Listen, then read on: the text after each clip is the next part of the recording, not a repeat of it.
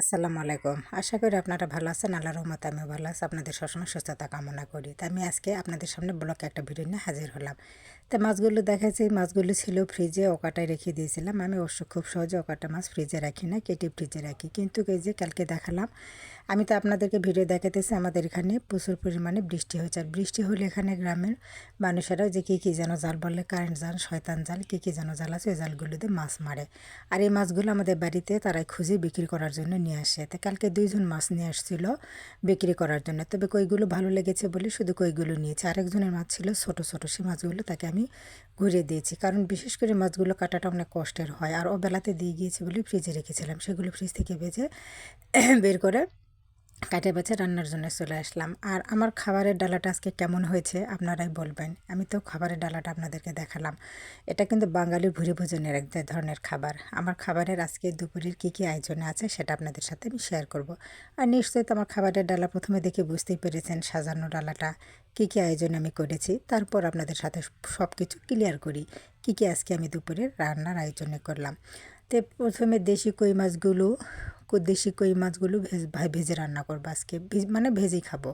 তো আজকে আমার দুপুরের আয়োজনে আছে হচ্ছে আলু ভাজি, পটল ভাজি, খেসারি কালার বড়া, কই মাছ ভাজি, আর তার সঙ্গে আছে ডাল। ডালটা করলাম যে শুকনা খাবার, যদি আবার খেয়ে বাবা কারো গলায় লাগে, যদি কোনো কিছু হয় তার ভাই আমার গায়ে আসবে, তো দায়ভার আমি নিতে পারবো না। তবে আমার বাসায় বয়স্ক কোনো মানুষও নাই যে গলায় লেগে কোনো ক্ষতি হতে পারে। তারপরে মনে করলাম এই ভরি ভোজনের খাবার সঙ্গে ডালটা হলে বেশ জমে যাবে, তাই তো মসুর কালের ডালও করে নিলাম। একে একে সব ভাজাগুলো আমি আপনাদের সাথে শেয়ার করতেছি, ভাজতেছি। আর যে তাওয়াতে ভাজতেছি এটা কিন্তু আমি ভিডিওতে আপনাদেরকে দেখাইছিলাম যে এরকম আমার আরেকটা আছে, সেটাতে আমি রুটি ভেজার। এই তাওয়াটা গ্যাসের চুলায় রান্না করলে খুব সাশ্রয় হয় এবং খুব ভালো হয়। এটাতে যে কোনো ভাজি করেন একদম, মানে দেখেন আমার ভাজিগুলো করা দেখে আপনারা বুঝতে পারবেন, এক ফোঁটা লাগে না এটাতে। যে কোনো ভাজি আপনারা করেন এটাতে কোনোভাবে লাগে না। বুঝতেই তো পারতেছেন। এক এক করে আমি এই একটা তাওয়াতে সব ভাজিগুলো করে নিলাম। দেখেন এই একটা তাওয়া ছাড়া কোনোটা ইউজ করিনি, শুধু পটল ভাজিটা একটু বেশি ছিল বলে সেটা কড়াইয়ে করে নিয়েছি। ওটা একটু বেশি পরিমাণে, এটাতে ধরবে না, তাই তো সেটা আমি কড়াই করে নিলাম। তো এতে একে একে সব ভাজা আমার হয়ে যাচ্ছে। আর বাঙালিরা কিন্তু মাঝে মাঝে এই ধরনের খাবার খেতে অনেক পছন্দ করে। বিশেষ করে এখন বর্ষার দিনে ভাজাভুজি এইগুলো দিয়ে খাবার খেতে কিন্তু বেশি ভালো লাগে। বিশেষ করে বর্ষার সময় ঝোল ভাত খেতে অতটা ইচ্ছে করে না, ভর্তা ভাজি এ ধরনের খাবার খেতে মন চায় বেশি। তাই তো আজকে আমারও মন চাইলো যে বর্ষার দিনে আজকে শুধু ভাজাভাজি খাবো। তো এই ভাজাভাজির আয়োজনগুলো পুরাটা আপনাদের সাথে আমি শেয়ার করতেছি। কেমন হয়েছে আপনারা অবশ্যই আমাকে কিন্তু জানাবেন আমার আজকের আয়োজনটা। বিশ্বাস করি আজকের আমার আয়োজনটা আপনাদেরকে অনেক ভালো লাগবে।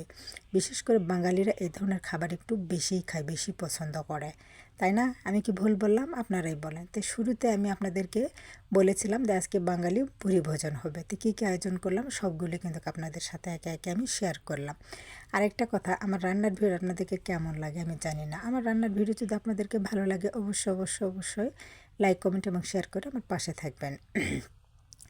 বিশেষ করে এই তো দেশি কই মাছ ভাজা, তার সঙ্গে ডাল, খেতে যে কী জমে যাবে। তারপর আজকে যতগুলো ভাজাভুজি করেছি সবগুলোই খেতে অসাধারণ ছিল, খেতে অনেক ভালো লেগেছিল।